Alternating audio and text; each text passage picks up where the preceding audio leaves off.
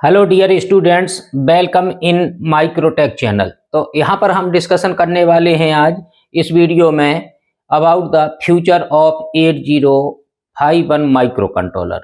Micro controller क्या होता है? माइक्रो कंट्रोलर एक सिंगल चिप पर कंप्लीट मिनी कंप्यूटर होता है जो एक ही सिंगल चिप पर पूरा का पूरा सिस्टम डिजाइन हो जाता है, जिसमें इनपुट भी होता है, आउटपुट भी होता है, मेमोरी होती है, मेमोरी दोनों होती हैं, सेपरेट मेमोरी होती है, रैम के लिए अलग, रोम के लिए अलग होती हैं ताकि दोनों साथ एक साथ ऑपरेशन हो सकें। इसके बाद जो है इसमें टाइमर्स लगे होते हैं। तो माइक्रो कंट्रोलर में एक सिंगल चिप पर कॉम्पैक्ट जो है डिवाइस होती है जो एक सिंगल चिप पर डिजाइन हो जाता है। सबसे पहले यहाँ पर जो है ये इंटेल कारपोरेशन एक कंपनी है। इंटेल कारपोरेशन जो है अमेरिका की कंपनी है, उसने फर्स्ट जो है 8051 माइक्रो कंट्रोलर डिजाइन किया था 1981 में।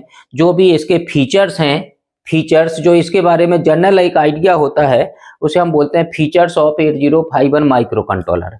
मतलब जनरल आइडिया आपको पूरे माइक्रो कंट्रोलर में क्या होता है ये सब कुछ आपको पता लग जाएगा यहाँ पर इस वीडियो में। तो फीचर्स ऑफ 8051 माइक्रो कंट्रोलर में हमने पॉइंट बाय पॉइंट यहाँ पर डिस्कशन किया हुआ है कि कौन कौन से पॉइंट्स होते हैं इसमें फीचर्स में। 8051 is a complete mini computer. ये मिनी कंप्यूटर कह सकते हैं हम इसको, क्योंकि ये किसी स्पेसिफिक टास्क को कंप्लीट करने के लिए अकेले ही सफिशिएंट है।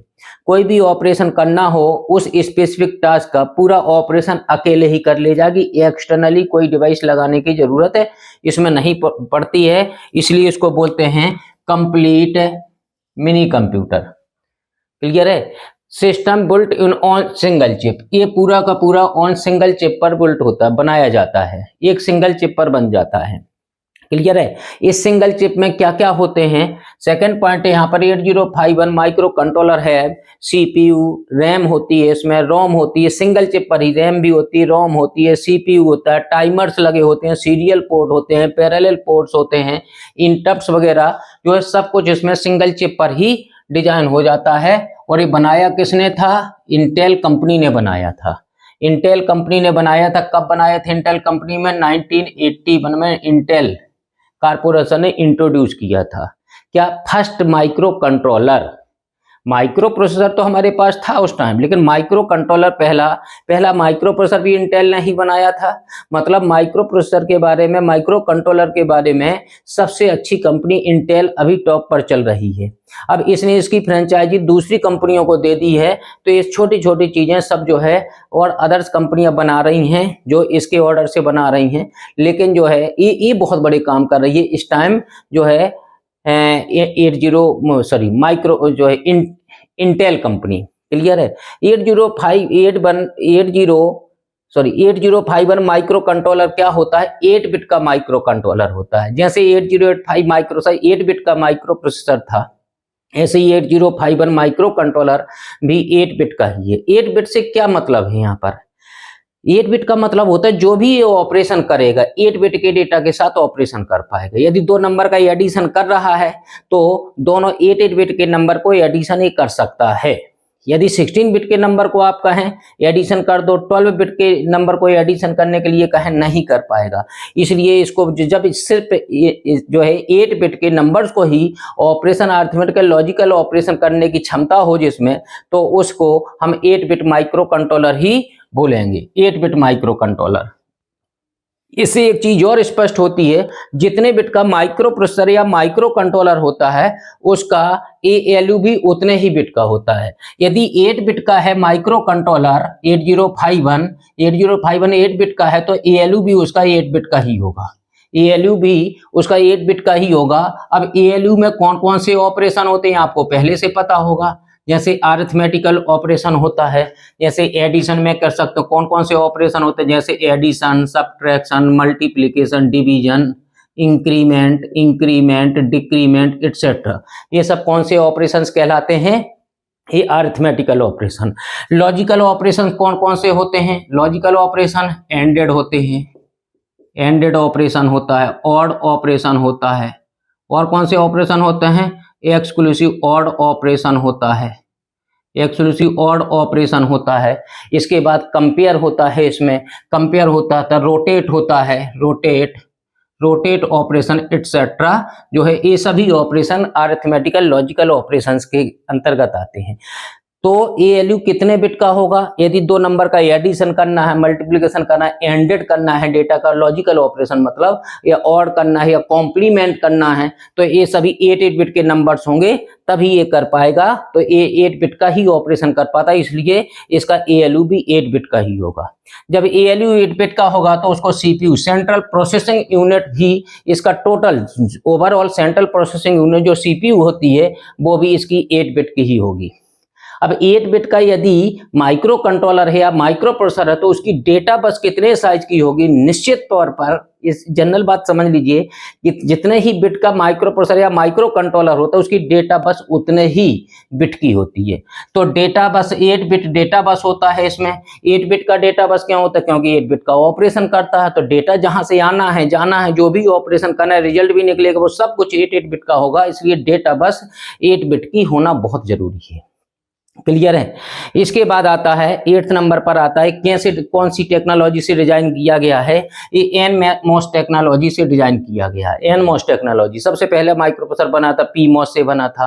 पीमॉस में स्पीड कम होती थी क्योंकि होल्स की वजह से करंट फ्लो होती थी, जो कि स्लो होते हैं क्योंकि वो बैलेंस बैंड में पाए जाते हैं, और फ्री इलेक्ट्रॉन्स की वजह से इसमें करंट फ्लो वो कंडक्शन बैंड में पाए जाते हैं, इसलिए एनमॉस टेक्नोलॉजी की स्पीड ज्यादा होती है। क्लियर है? तो 8 KB ऑन चिप रोम, इसमें देखिए एक चीज, इसमें रोम मेमोरी और रैम मेमोरी होती हैं दोनों।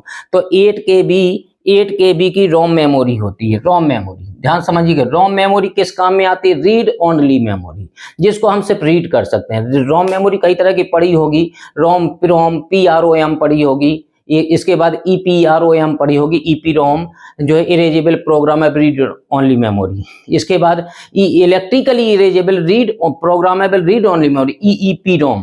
क्लियर है? तो रोम मेमोरी में सब चीजें आ गई हैं। जब पहला माइक्रोप्रोसेसर बनाया था तो उन्होंने रोम में बनाया था, लेकिन इस रोम में क्या, तो प्रोग्रामेबल रीड ओनली मेमोरी सिर्फ रीड कर सकते थे, सिर्फ उसको रीड कर सकते थे आप। लेकिन इसमें क्या हो गया, अब जो नए माइक्रो कंट्रोलर बन रहा है उसमें क्या इंप्रूवमेंट हो गया है? उसमें रोम की जगह EPROM की, अब इसमें कौन सी यूज होने लगी है? EPROM यूज होने लगी। EPROM का मतलब erasable programmable read only memory. यदि आपने एक बार मान लीजिए इंडस्ट्री ने उस प्रोग्राम फीड कर दिया, मान लीजिए वॉशिंग मशीन में ही, मान लीजिए वॉशिंग मशीन, इसी माइक्रो कंट्रोलर का example, washing machine completely overall operation अकेले दम पर कर देता है।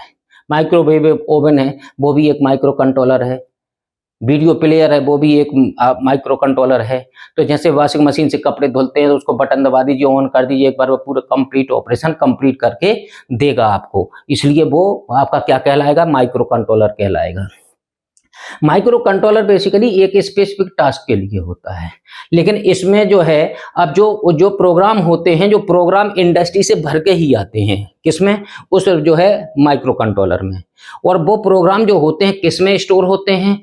रोम मेमोरी में स्टोर होते हैं। रोम मेमोरी का मतलब क्या? रीड ओनली मेमोरी, जिसको हम और आप यूजर सिर्फ रीड कर सकता है, इसका यूज कर सकता है, रीड कर सकता है, लेकिन उसको इरेज नहीं कर सकता है, उसमें कोई चेंज नहीं कर सकता है। जैसे आपके मोबाइल में मैसेज की हेडिंग पड़ी है, कॉन्टैक्ट्स की हेडिंग पड़ी है, उसको हम और आप डिलीट नहीं कर सकते हैं। उसमें बहुत सारे सॉफ्टवेयर आपके मोबाइल में पड़े हैं, तो उसको भी आप इरेज नहीं कर सकते हैं, उससे आप ऑपरेशन कर सकते हैं, यूज कर सकते हैं उसको। तो उसको बोलते हैं कौन सा program? Program memory. Program memory में स्टोर होते हैं, उसको बोलते हैं प्रोग्राम। और प्रोग्राम मेमोरी, जिस मेमोरी में स्टोर होते हैं वो प्रोग्राम, उसको बोलते हैं प्रोग्राम मेमोरी। और प्रोग्राम मेमोरी को ही रोम बोलते हैं। लेकिन अब जो इम्प्रूव वर्जन आया था EPROM, erasable programmable read only memory. Erasable का मतलब क्या है? एक बार यदि हमने प्रोग्राम को, पहले जो प्रोम होता था उसमें जब एक बार प्रोग्राम को स्टोर कर लेते थे, अगर उसमें कोई चेंज करना है तो आप उसको जो है मेमोरी को आपको डिलीट नहीं कर सकते थे, उसको हटाना ही पड़ता था, दूसरा लगाना पड़ेगा आपको, तो बहुत नुकसान होता था इससे। लेकिन अब क्या हो गया है, यदि एक बार इंडस्ट्री ने प्रोग्राम भर दिया उसमें, अगर उसमें कोई चेंज लाना चाहते हैं तो उसको डिलीट कर सकते हैं आप, उसके बाद फिर से, लेकिन वो इंडस्ट्री कर सकती है, हम आप नहीं कर सकते, यूजर नहीं कर सकते हैं उसको। तो उसमें चेंज भी लाके फिर से उसी मेमोरी में फिर से दूसरा प्रोग्राम स्टोर कर सकते हैं, थोड़ी सा उसको चेंज करके दूसरा प्रोग्राम स्टोर कर सकते हैं। तो EPROM अब यूज हो रहा है। जबकि यहाँ पर हमने जनरल रोम मेमोरी और दूसरा कितना 8 KB की होती है, ध्यान रखिएगा। इतने में उससे रिलेटेड जो स्पेसिफिक टास्क के लिए प्रोग्राम होते हैं वो स्टोर हो जाते हैं इतने में। इसके बाद 128 बाइट का ध्यान रखें, ये 8 KB है, 128 बाइट का विशेष ध्यान रखें, किलो बाइट ना लिख जाए वहाँ। 128 byte on chip RAM. On chip RAM का मतलब है उसी जो माइक्रो कंट्रोलर उसी पर ही मेमोरी भी लगी हुई है, जबकि माइक्रो प्रोसेसर में memory, input port, output port और मेमोरी जो है सब चीजें, टाइमर्स वगैरह और जो है क्लॉक सिग्नल जो होता है, सब चीजों के लिए हमें चिप अलग अलग से लगानी पड़ती थी, सब अलग से लगानी पड़ती थी। तो माइक्रो प्रोसेसर जो होता है सिंगल CPU होता है, उसमें सभी चीजें अलग से बिल्ड करनी पड़ती थी, तब बन पाता था कंप्लीट। लेकिन माइक्रो कंट्रोलर में सब कुछ उन्हें सिंगल चिप पर ही डिजाइन कर दिया है। क्लियर है? तो ये रैम मेमोरी जो होती है क्या स्टोर करने के काम में आती है? डेटा स्टोर करने के काम में आती है। इसलिए इसको मेमोरी को कौन से बोलते हैं? Data memory. इसको बोलते थे प्रोग्राम मेमोरी। डेटा में कौन सी चीजें स्टोर करते हैं? जो यूजर होते हैं, हम और आप होते हैं, जो यूजर होते हैं उसमें अपना डेटा स्टोर करना है, तो हम यहाँ पर 128 बाइट की जो मेमोरी है इसमें हम अपने डेटा को स्टोर कर सकते हैं ड्यूरिंग प्रोग्राम एग्जीक्यूशन। क्लियर है? तो ये दोनों ही मेमोरी कैसी होती हैं? दोनों ही मेमोरी आपकी माइक्रो प्रोसेसर में, माइक्रो कंट्रोलर में दोनों ही सेपरेट होती हैं। जबकि माइक्रो प्रोसेसर में पूरी मेमोरी होती थी, वो सेपरेट नहीं होती थी। उसी मेमोरी को स्टैक के लिए, रैम के लिए, रोम के लिए उसी को हम यूज करते थे। उसमें दिक्कत क्या थी? जब एक जगह से हम डेटा ऑपरेशन कर रहे हैं, लेन देन कर रहे हैं, डेटा एक्सेस कर रहे हैं, तो दूसरी जगह से कुछ नहीं हो सकता था। यदि रोम से उठा रहे हैं डेटा, रोम से ले रहे हैं डेटा, तो रैम पर कुछ नहीं हो सकता। रैम पर ले रहे हैं डेटा तो रोम पर कुछ नहीं हो सकता है। मतलब पूरी मेमोरी में, ओवरऑल मेमोरी में से एक तरह से एक ही जगह से ऑपरेशन हम रीड या राइट कर सकते थे। लेकिन आपका यहाँ पर कौन सी टेक्नोलॉजी यूज हुई है? यहाँ पर हार्वर्ड टेक्नोलॉजी यूज हुई है। देखिए यहाँ पर हार्वर्ड टेक्नोलॉजी यूज हुई है। हार्वर्ड आर्किटेक्चर जो होता है आपका, उसमें क्या होता है कि इसमें जो है आपका सेपरेट क्या होता है? सेपरेट रैम एंड कर लो, RAM and ROM memory. RAM and ROM memory दोनों क्या होती हैं? इसमें सेपरेट होती हैं। रैम पर अपना उसी ड्यूरेशन में रैम पर भी ऑपरेशन होता है, उसी टाइम पर ही रोम का ऑपरेशन हो सकता है। क्लियर है? दोनों एक साथ एक्सेस हो सकते हैं। ये हार्वर्ड टेक्नोलॉजी ने बताया था। हार्वर्ड जो थे और उन्होंने आर्किटेक्चर जो डिजाइन किया था, उसने मेमोरी के दो टुकड़े सेपरेट कर दिए थे, तो उससे इसकी क्या होता है? स्पीड बढ़ जाती है सिस्टम की। क्लियर है? अभी यहाँ पर आएंगे। अब आते हैं यहाँ पर क्या है, सिस्टम की स्पीड बढ़ जाती है हार्वर्ड टेक्नोलॉजी यूज होने से। तो यहाँ पर देखिए, पहले यहीं पर आ जाइए, 16 बिट एड्रेस बस होती है। कितने बिट की एड्रेस बस होती है? 16 बिट की एड्रेस बस होती है। एड्रेस बस एड्रेस को ले आने के काम करता है। 16 बिट लिखा है यहाँ पर। 16 बिट का मतलब क्या है? 8085 माइक्रो प्रोसेसर भी एड्रेस लाइन 16 बिट थी, तो उसकी मेमोरी का साइज जो है 64 KB निकला था। ऐसे ही से 16 से मतलब है 2 to the power 16 करेंगे।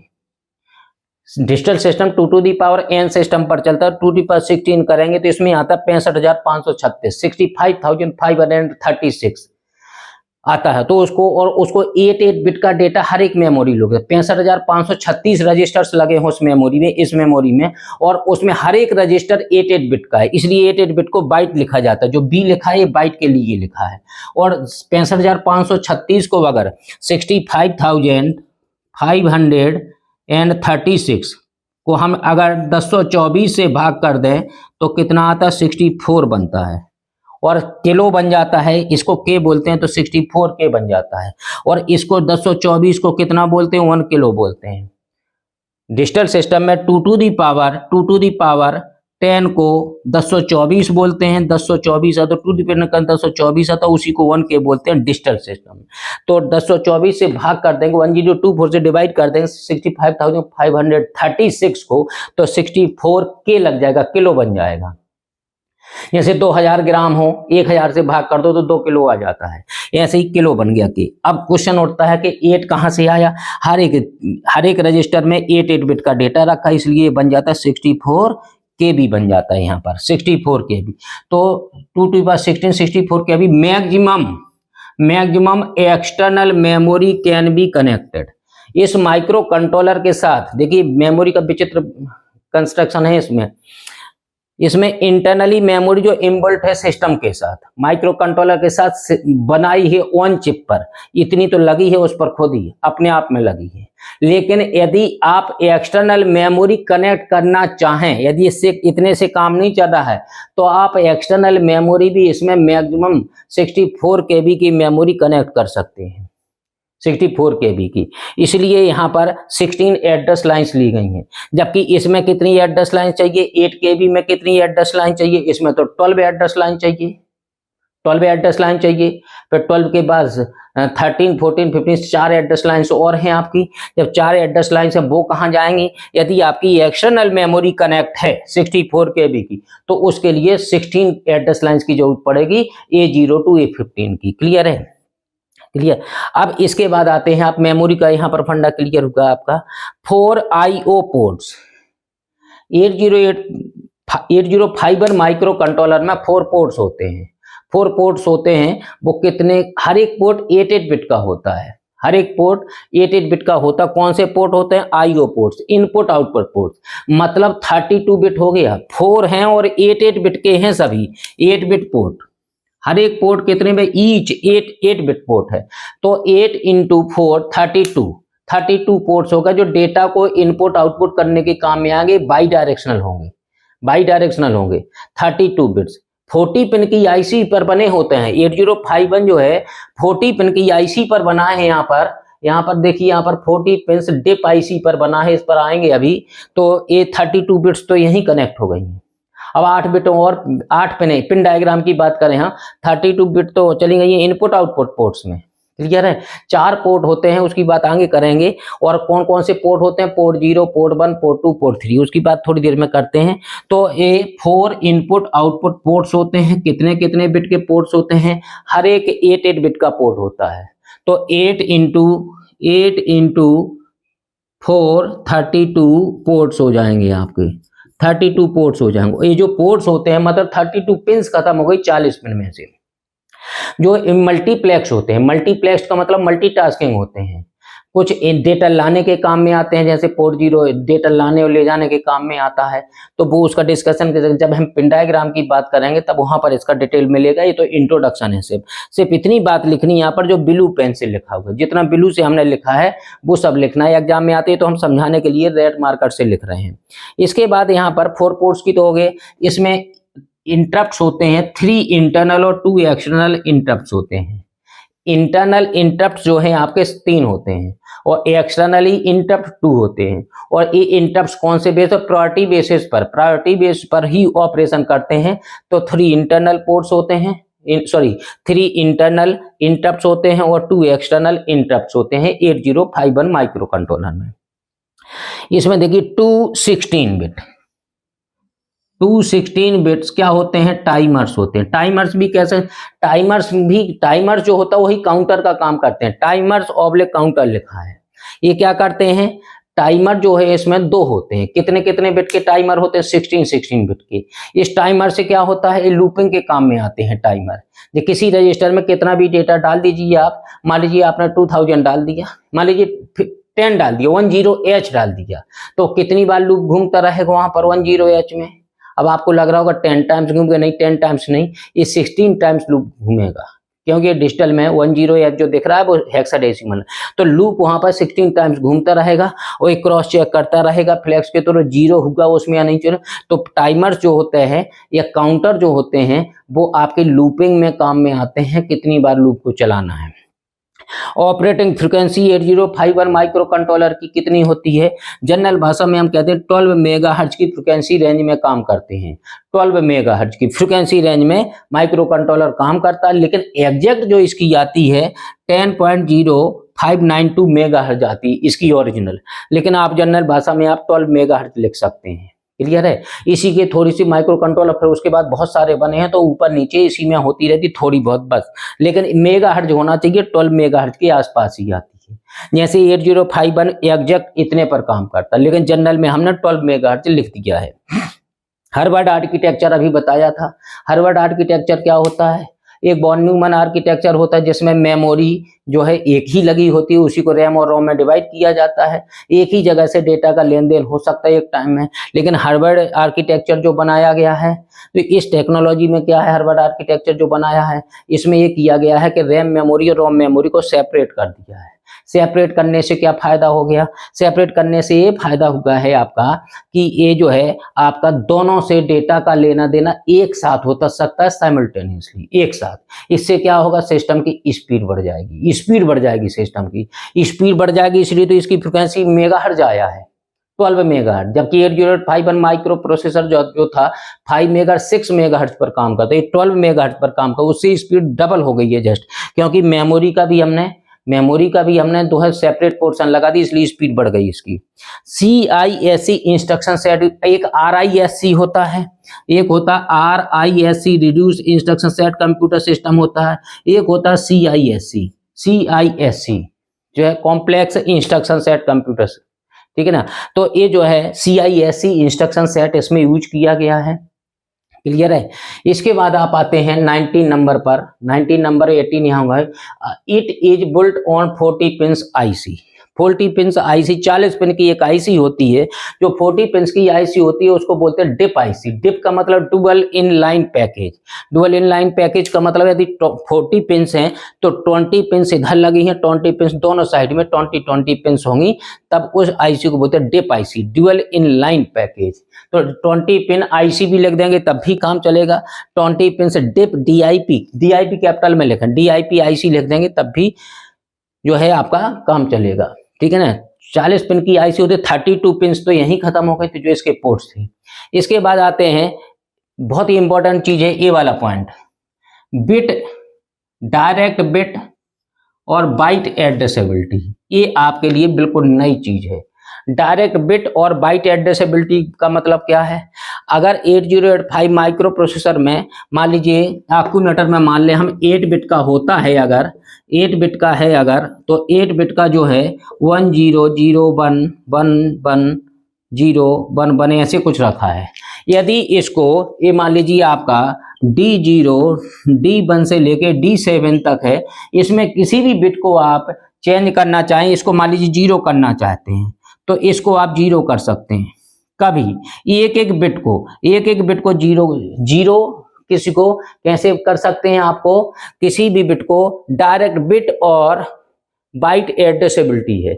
इसमें क्या, एक एक बिट का एड्रेस है, हर एक बिट का अपना एक एड्रेस है, और उस बिट में जो भी चेंज आप करना चाहें, सिर्फ दो ही चीजें तो हैं, लो या हाई बस, तो जो भी आप करना चाहें 0 का 1 1 का 0 वो कर सकते हैं। तो एक एक बिट को भी इसमें कर सकते हैं माइक्रो कंट्रोलर में, इसका बहुत फायदा हुआ है इससे। तो एक एक बिट को भी चेंज कर सकते हैं, बिट डायरेक्ट बिट एड्रेसेबिलिटी है, हर एक बिट का एड्रेस है उसको जो है चेंज कर सकते हैं आप, और बाइट एड्रेसेबिलिटी का मतलब 8 बिट को एक साथ भी कर सकते हैं आप, इसलिए हर एक बिट का अपना एड्रेस होता है, आप हर एक बिट का, तो उसको जो बोलते हैं एड्रेसेबिलिटी।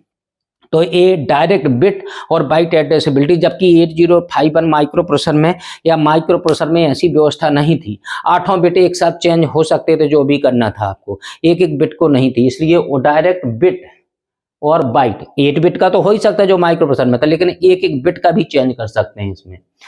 इसके बाद आया है 21 पॉइंट से, ये वाला यही वाला था इनपुट आउटपुट पोर्ट्स वाला, 32 bit directional by directional input output lines है अरेंज्ड इन 4 बिट पोर्ट्स, जो यहाँ पर हमने बताए थे अभी कि 216 बिट के क्या होते, 4 पोर्ट्स होते हैं आपके, 4 पोर्ट्स होते हैं, कितने 8 बिट के 4 होते, 32 पिन खत्म हो गई थी, वही बात है 32 बिट बाई डायरेक्शनल।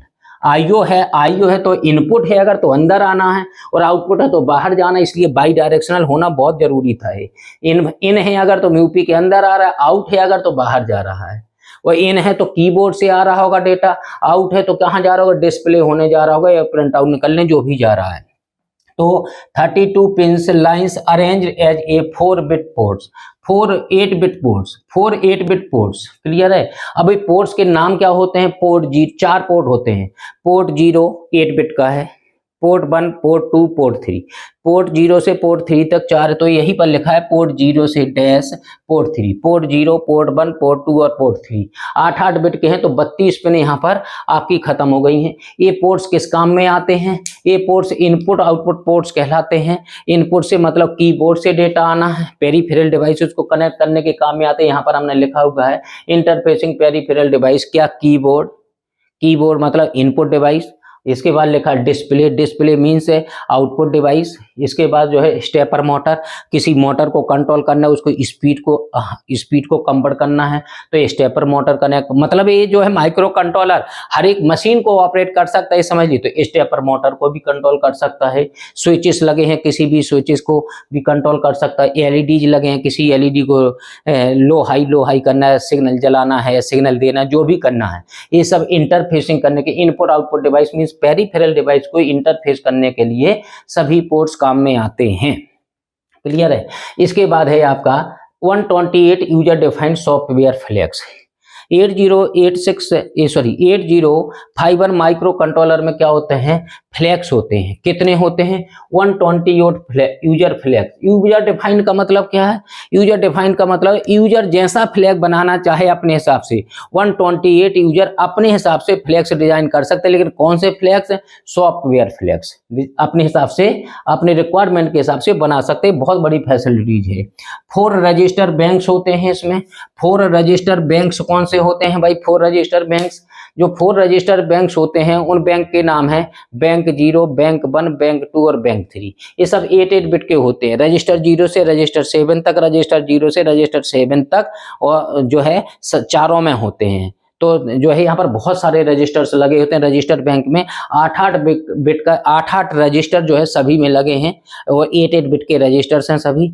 तो आपका बैंक 0 में भी 8 रजिस्टर हैं, रजिस्टर 0 से रजिस्टर 7 तक। बैंक 1 में भी रजिस्टर 0 से रजिस्टर 7 तक। बैंक 2 मतलब सभी में 8-8 बिट के रजिस्टर्स लगे हैं, और ये बैंक कहलाती हैं जो यहाँ पर डेटा स्टोर करने के काम में आती हैं।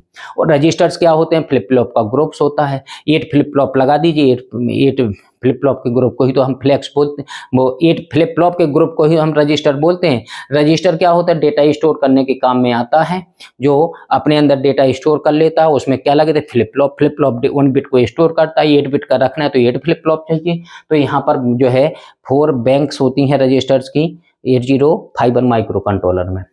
लास्ट वन है यहाँ पर 8051 efficient embedded system. Efficient embedded system बहुत ही इफिशिएंट है और बहुत ही परफेक्ट काम करने के लिए सिस्टम डिजाइन एम्बेडेड सिस्टम, मतलब एक ही साथ पूरा सिस्टम एम्बेडेड कर दिया गया है और इफिशिएंट है। विच सेव्स कॉस्ट, इससे क्या फायदा हुआ है? कॉस्ट सस्ते हो जाते हैं, क्योंकि उसमें अलग अलग सब लगाना पड़ता था, बड़ा साइज हो जाता था, कॉस्टली हो जाता था, और स्पीड भी कम हो जाती थी। तो एक जो है सस्ते भी पड़ते हैं। पावर कंजम्पशन इसमें होता है, पावर कंजम्पशन इसमें बहुत कम होता है।